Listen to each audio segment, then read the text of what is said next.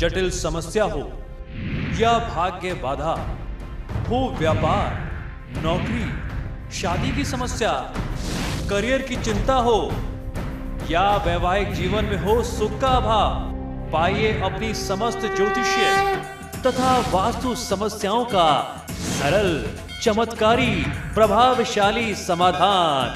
एक जाना माना और विश्वसनीय नाम, आचार्य पंडित श्री वैभवनाथ शर्मा जी, काशी के 400 वर्ष पुराने प्रतिष्ठित और अंतरराष्ट्रीय ख्याति प्राप्त राज ज्योतिषी परिवार की 8वीं पीढ़ी के ज्योतिषी और वास्तु शास्त्री आचार्य पंडित श्री वैभवनाथ शर्मा जी के द्वारा व्यक्तिगत या फिर फोन पर अपॉइंटमेंट लेने के लिए कॉल करें 9818-300-146, 9990-724-131 या फिर ईमेल करें sharma.vaibhav@gmail.com पर। चलिए अब आचार्य जी से जान लेते हैं आज का महा उपाय। जी बिल्कुल, आज का महा उपाय बहुत ही विशेष है। आज हम लोग ये जानने वाले हैं कि पितृ देवता हैं कौन। आपको भी जानकर के ये आश्चर्य होगा कि अब पितृपक्ष के अंत में हम लोग इस विषय पर चर्चा क्यों कर रहे हैं। मैं बहुत ज्यादा हतप्रभ रह गया। मुझे 2-3 दिन पहले हमारे एक दर्शक का ईमेल प्राप्त हुआ, जिनका प्रश्न सुनकर के मैं सही मायनों में चौंक गया। उन्होंने पूछा कि ये पितृ देवता हैं कौन। आप लगातार पितृपक्ष के बारे में चर्चा कर रहे हैं, पितृ देवता को संतुष्ट करने के बारे में बता रहे हैं, लेकिन मुझे नहीं मालूम कि पितृ देवता होते कौन है और मेरे कौन से पितृ देवता हैं। और उनकी अगली बात पर जो मैं आपको बताने जा रहा हूं, उस सबसे ज्यादा आश्चर्य मुझे तब हुआ जब उन्होंने कहा कि आप मेरा जन्म विवरण ले लीजिए, मेरा ये जन्म विवरण है और मेरे जन्म विवरण के अनुसार आप मेरी कुंडली से बता दीजिए कि मेरे पितृ देवता कौन है, मुझे किनकी पूजा करनी चाहिए। तो फिर मन में ये विचार आया कि ऐसे भी लोग हैं जिनको ये जानकारी नहीं है कि आखिर पितृ देवता होते कौन है। तो अमावस्या समाप्त होने से पहले कम से कम इस विषय पर एक एपिसोड जरूर कर देना चाहिए, जानकारी उपलब्ध अवश्य करानी चाहिए, जिससे आप जान सकें कि आपके पितृ देवता कौन है। जिन लोगों को जानकारी नहीं है और उनके लिए श्राद्ध पक्ष में कुछ भी पूजा पाठ करना, तर्पण इत्यादि करना, श्राद्ध करना बहुत आवश्यक होता है। तो आज हम लोग जानेंगे कि पितृ देवता कौन है और यदि आप श्राद्ध पक्ष में बहुत ज्यादा पूजा पाठ ना कर पाएं तो उनकी संतुष्टि के लिए, यानी पितृ देवता की संतुष्टि के लिए, पितृदोष निवारण के लिए आपको कौन कौन से सरल उपाय करने चाहिए। तो आइए सबसे पहले जानते हैं कि पितृ देवता कौन है। हमारे और आपके कुल में जिनकी मृत्यु हो चुकी है, जिनका 13 दिनों का श्राद्ध उचित ढंग से हुआ हो, वह पितृ बन करके पितृलोक में निवास करते हैं। यानी हमारे वे सभी पूर्वज जिनके वंश को हम आगे बढ़ा रहे हैं, जिनके हम वंशज हैं, जिनका देहांत हो गया, वो पितृ देवता में शामिल हो जाते हैं। और पितृ देवताओं की भी अलग अलग कैटेगरीज हैं, अलग अलग लेवल हमारे धर्मशास्त्रों में बताए गए हैं। तो उनके लिए, उनकी संतुष्टि के लिए, उनकी आत्मा की शांति के लिए पूरे साल में ये 15 दिन का एक पक्ष होता है जिसमें हम पितृ देवता की शांति के लिए कुछ अनुष्ठान जरूर करते हैं। कुल के वंशज और पितृ एक दूसरे पर निर्भर होते हैं।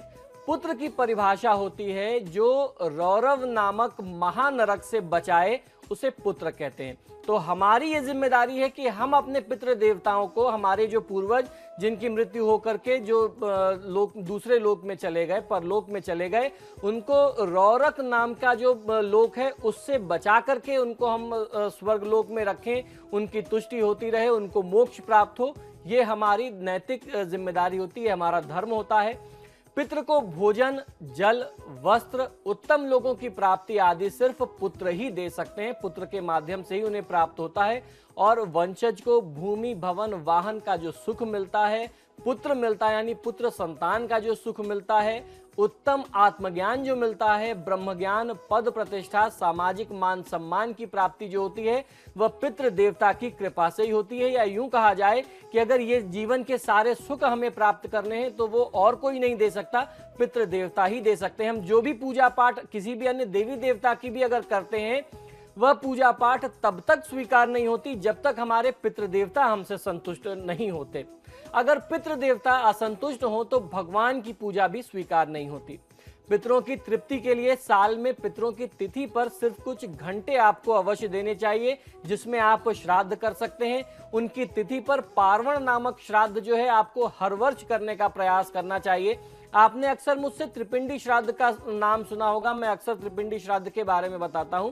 त्रिपिंडी श्राद्ध उन लोगों के लिए होता है जिनके परिवार में अभी तक आपने कोई ऐसा कर्म नहीं किया, जिन लोगों की मृत्यु हुई आपने फिर उसके बाद उन्हें पूछा नहीं, उसके बाद उनके लिए जो भी निमित्त आपको करना चाहिए, जो आपका धार्मिक नियम बनता है जो आपको करना चाहिए, वो आपने नहीं किया, तो उन नियमों का पालन करने के लिए वहां से पुनः एक बार सारी चीजों को शुरू करने के लिए त्रिपिंडी श्राद्ध आवश्यक होता है।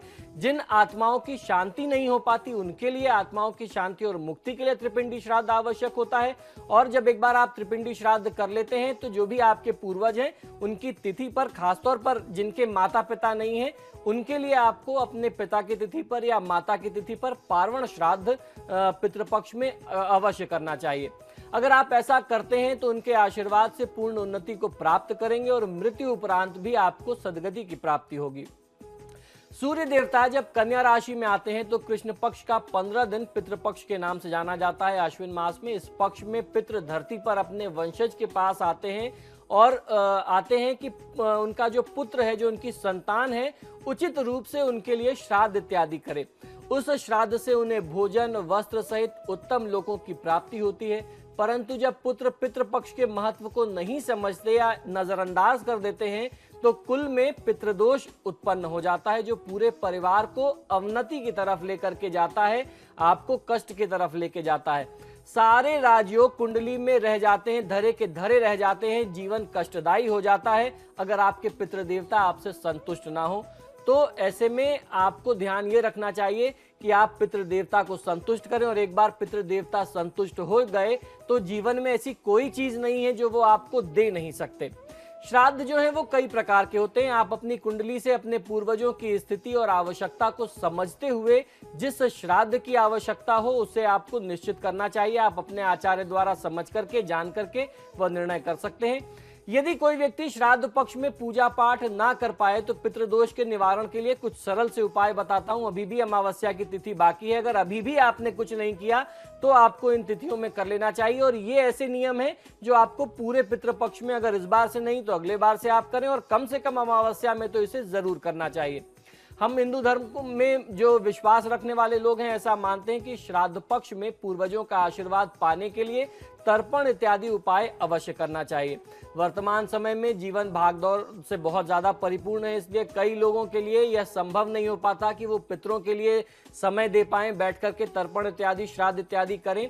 ऐसे में हमारे शास्त्रों में कुछ छोटे छोटे उपाय बताए गए हैं। ये ऐसे उपाय हैं जो किसी भी व्यक्ति की कुंडली में शनि, राहु, केतु, सूर्य, बृहस्पति ग्रहों की युति और उनके साथ अन्य ग्रहों के जो बुरे प्रभाव से बन रहे हैं पितृदोष के जो कारण होते हैं वो उन्हें दूर कर सकते हैं। ये उपाय सुखी, सफल और वैभवशाली जीवन की राह को आसान बनाने वाले माने जाते हैं। तो आइए जानते हैं क्या है। बहुत सरल से ये उपाय हैं। श्राद्ध पक्ष में गरीब बच्चों को सफेद मिष्ठान का दान करना चाहिए, सफेद मिठाइयों का दान करना चाहिए। देवताओं और पितरों की पूजा स्थान पर जल से भरा हुआ कलश आप रखें और सुबह तुलसी के हरे पेड़ में जल को अर्पित कर दें, या किसी भी वृक्ष में आप उस जल को अर्पित कर दीजिए। हर दिन आप बदलते रहिए। भोजन से पहले घी लगा करके या घी के अभाव में तेल लगा करके रोटी पर गाय को अपने हाथ से खिलाना चाहिए। चिड़िया या दूसरे पशु पक्षियों के लिए खाने पीने के लिए अन्न के दाने और उसके साथ साथ जल यानी पानी आपको खुले स्थान में रखना चाहिए। अपने पिता, गुरु व उम्र में बड़े लोगों का अपमान कभी ना करें, इस बात का आपको ध्यान रखना चाहिए। उनकी खुशी के लिए हर संभव प्रयास आपको करना चाहिए। सफेद कपड़ों व सफेद रुमाल का दान करने से भी पितृदोष दूर होता है। अनाज और फलों का दान करने से भी पितृ देवता प्रसन्न होते हैं। हनुमान जी के मंदिर में नियमित रूप से घी का दीपक जलाना चाहिए। शिव मंदिर में जाकर के शिवलिंग पर आपको जल अर्पित करना चाहिए, दूध अर्पित करना चाहिए। ये उपाय जो भी लोग पूरे 16 दिन करते हैं, बहुत सरल से उपाय हैं, उन्हें बहुत अच्छा लाभ मिलता है। और जो 16 दिन ना कर पाए, कम से कम अमावस्या की तिथि में जरूर करना चाहिए। जिन लोगों के ऊपर भी पितृदोष बनता है उनको इन उपायों को करने से बहुत अच्छा लाभ मिलता है। हर शनिवार को पीपल या वट वृक्ष की जड़ में दूध अर्पित करना चाहिए। रोज तैयार भोजन में से 3 भाग आपको निकालना है। 1 भाग गाय के लिए, 1 कुत्ते के लिए, 1 कौवे के लिए निकालें और खुले स्थान पर उनके लिए रख दें या अपने हाथों से खिला दें। किसी तीर्थ पर जाएं तो पितरों के लिए 3 बार अंजलि से जल आपको तर्पण जरूर करना चाहिए, इसे आपको भूलना नहीं चाहिए। रोज माता पिता और गुरु के चरण स्पर्श करके आशीर्वाद लेकर के पितरों की प्रसन्नता आपको प्राप्त करनी चाहिए।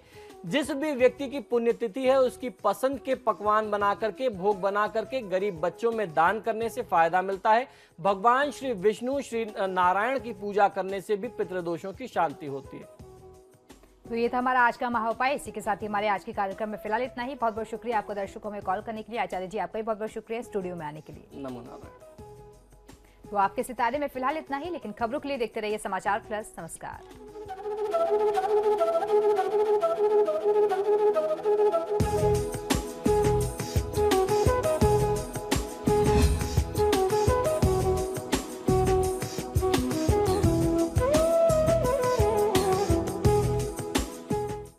जटिल समस्या हो या भाग्य बाधा, हो व्यापार, नौकरी, शादी की समस्या, करियर की चिंता हो या वैवाहिक जीवन में हो सुख का अभाव, पाइए अपनी समस्त ज्योतिषीय तथा वास्तु समस्याओं का सरल, चमत्कारी, प्रभावशाली समाधान। एक जाना माना और विश्वसनीय नाम आचार्य पंडित श्री वैभवनाथ शर्मा जी।